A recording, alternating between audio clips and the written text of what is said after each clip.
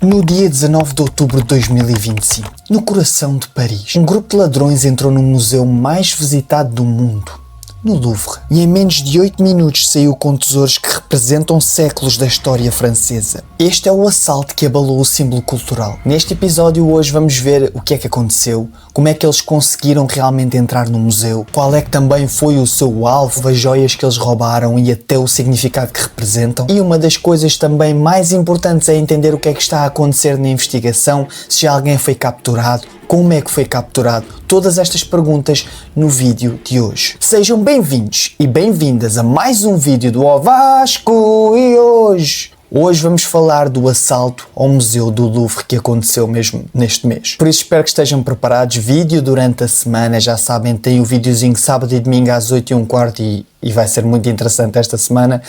Por isso, sem mais demoras, vamos lá então perceber o que é que aconteceu. Mas antes disso, não se esqueçam do likezinho, de subscrever e de ativar o sininho das notificações. Vamos lá então começar. Dia 19 de outubro de 2025, ladrões roubaram 8 peças das joias da coroa francesa. Isto tudo acontecendo na Galeria de Apolo, do Museu do Louvre, em Paris, França. O assalto durou menos de 8 minutos, dos quais os ladrões passaram apenas 4 dentro do museu e ocorreu durante o horário normal de funcionamento. Mas antes de seguirmos para a frente e falarmos exatamente o que é que aconteceu durante o assalto e como é que eles também o fizeram, acho importante entenderem que este museu já tinha tido alguns problemas de segurança principalmente, e por isso é que eles também tiveram tanta facilidade em entrar, podemos dizer que tiveram alguma. E o museu já tinha um histórico de falhas de segurança. Em 1911, o roubo da Mona Lisa por um ex-funcionário, do qual foi depois recuperada 2 anos depois. Em 1998, também houve o roubo de uma pintura Le Chemin de Sèvres, que ainda continua desaparecida.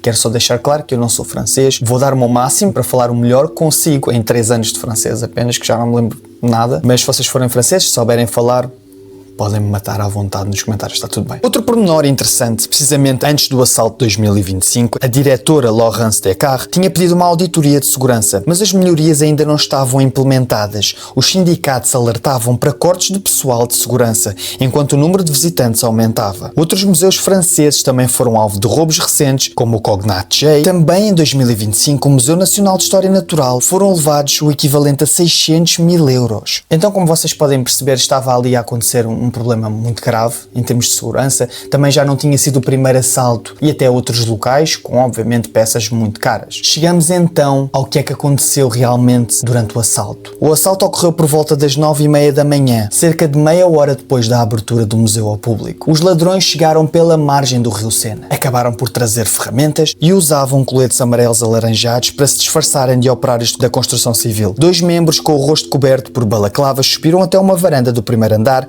do lado sul do edifício, usando um elevador de móveis, um equipamento comum em Paris. Como podem ver, é bastante estranho, não é? Como é que uma coisa tão visível e como é que as autoridades não conseguiram reagir mais depressa para os apanharem? É realmente impressionante. Através da plataforma do elevador conseguiram cortar o vidro de uma janela com uma rebarbadora, o que disparou o alarme de segurança. Depois ameaçaram os seguranças com as ferramentas e roubaram 9 peças de 2 vitrines de vidro na Galerie d'Apollon. Na fuga usaram novamente o elevador para sair e juntaram-se aos seus 2 cúmplices que os esperavam em motas. Antes de partir, tentaram incendiar o 6º elevador para apagarem as provas. Os assaltantes depois disso conseguiram fugir pela margem do Sena, depois pelo Boulevard Périphérique e finalmente pela autoestrada A6 em direção ao sul. No total, o assalto durou menos de 8 minutos, dos quais apenas 4 deles foram passados dentro do edifício. Depois do assalto, como podem entender, o Louvre foi evacuado e fechado. A Interpol registrou as joias roubadas na sua base de dados em 20 de outubro e o museu reabriu 2 dias depois, mantendo a Galerie d'Apollon fechada. O presidente Macron, depois disso, ordenou o reforço imediato de segurança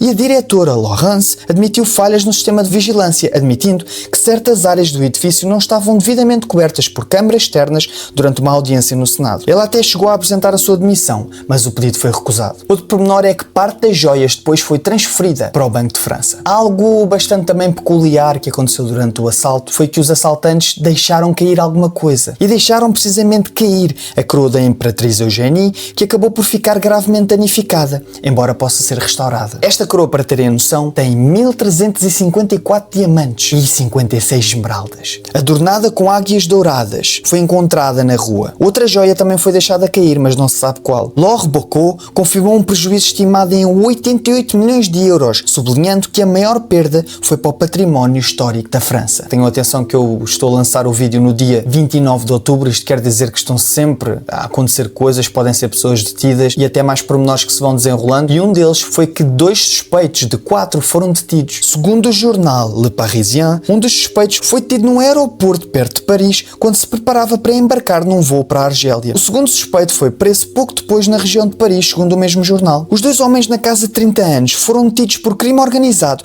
e associação criminosa por uma equipa da Polícia de Fronteiras e depois entregue à equipa da Polícia Judiciária francesa que está a investigar o caso. Segundo o Rotter, os suspeitos já são conhecidos pela polícia francesa. E uma coisa que se arrependem é que esta informação também tenha sido vazada. E passo a citar: esta revelação só pode prejudicar os esforços de investigação dos cerca de 100 investigadores mobilizados, tanto na busca pelas joias roubadas como por todos os autores do crime. E se tu és um investigador e já assistes há muito tempo ao meu canal, sabes que ficamos sempre com alguma curiosidade, não é? Como é que ao fim e ao cabo eles conseguiram perceber que eram esses 2 suspeitos? Houve aqui alguma coisa que eles deixaram para trás? E sim, de facto houve. Os ladrões abandonaram o Louvre, levaram as joias, mas esqueceram-se de um colete e uma rebarbadora. Estes objetos deixados para trás ao fim e ao cabo deixaram traços de ADN, o que chegou para a polícia chegar à identidade de um francês e de um franco-argelino. Até quarta-feira, ou seja, hoje no dia que eu estou a gravar, os 2 homens vão ser interrogados pelos investigadores que querem perceber onde estão os outros 2 assaltantes e se o crime teve o apoio de trabalhadores do museu. Os ladrões pareciam ter informações privilegiadas. A única câmara de videovigilância instalada junto à janela só filma para um lado e os assaltantes entraram pelo lado contrário. Assim não foram vistos a chegar ao partir a janela. Algo interessante também para nós falarmos e para finalizarmos o vídeo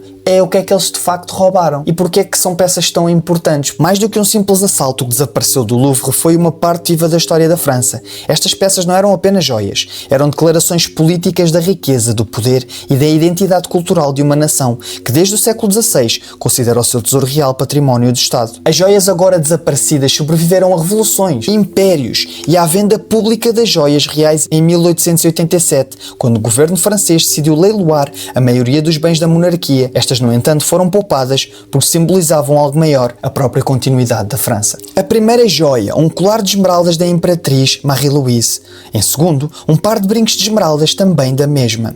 Em terceiro, um diadema de safiras de Marie-Amélie e da rainha Hortense. Em quarto está o colar de safiras Marie-Amélie e de Hortense. Em quinto, um brinco de safira, mas de um par. Em sexto, um alfinete de peito da imperatriz Eugénie. Até agora, a conclusão que nós podemos tirar é que as joias ainda continuam desaparecidas. A grande pergunta, e a pergunta fundamental, é onde é que elas podem ter ido parar? Será que estão a ser vendidas no mercado negro? Será que estão escondidas num cofre algures em Paris ou até noutra localização? Uma coisa é certa, este assalto foi realmente muito trágico quando nós olhamos para a história de França. Não é algo apenas que tenha valor monetário, mas sim também é simbólico para a própria França. É quase como se roubassem parte dessa história e existe uma probabilidade muito pequena de sequer voltarem a ter as joias. Mas vamos ver ao longo dos dias se realmente a polícia consegue fazer esta investigação de forma exímia e consegue recuperar estas joias. Espero que tenham gostado do vídeo, um vídeo diferente durante a semana, mas vocês vão me ver muito mais e espero que também